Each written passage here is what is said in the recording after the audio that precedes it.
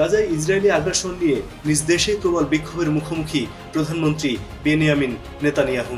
গাজায় নতুন করে আক্রমণের বিরুদ্ধে সোচ্চার দেশটির মানুষ। রাস্তায় নেমেছেন হাজার হাজার মানুষ, দাবি উঠেছে যুদ্ধবিরতির।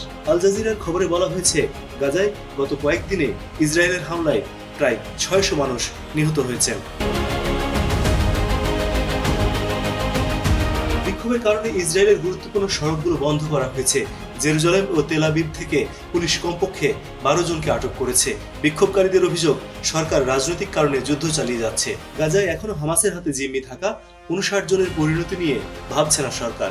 দ্য গার্ডিয়ানের খবরে বলা হয়েছে, জিম্মিদের মধ্যে 24 জন জীবিত আছেন।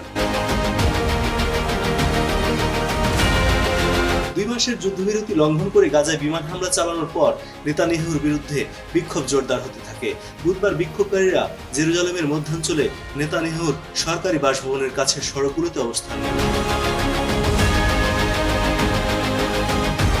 2023 সালে হামাসের হাতে জিম্মি হওয়া নাগরিকদের ফিরে পাবার আগে নেতানিয়াহু নতুন করে আক্রমণ শুরু করায় বিরক্ত দেশটির বেশিরভাগ মানুষ।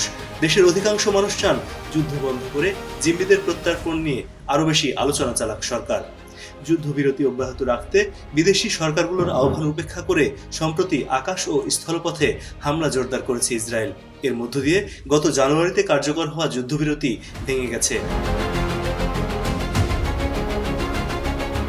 মঙ্গলবার ইসরায়েলে বিক্ষোভ শুরু হয়েছিল দেশটির অভ্যন্তরীণ গোয়েন্দা সংস্থা শিন বেতের প্রধান রোনেন বারকে বরখাস্ত করার চেষ্টাকে কেন্দ্র করে। নেতানিয়াহুর ঘনিষ্ঠদের বিরুদ্ধে রনেন একটি তদন্ত করেছিলেন। রোনেন বারকে বরখাস্তের বিষয়টি আনুষ্ঠানিকভাবে অনুমোদনের জন্য বৃহস্পতিবার সন্ধ্যায় ইসরায়েলি মন্ত্রিসভার বৈঠকে ওঠে।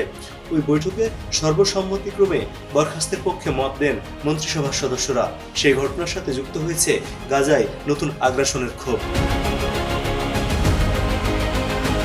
বাবু, সংবাদ মুহূর্ত।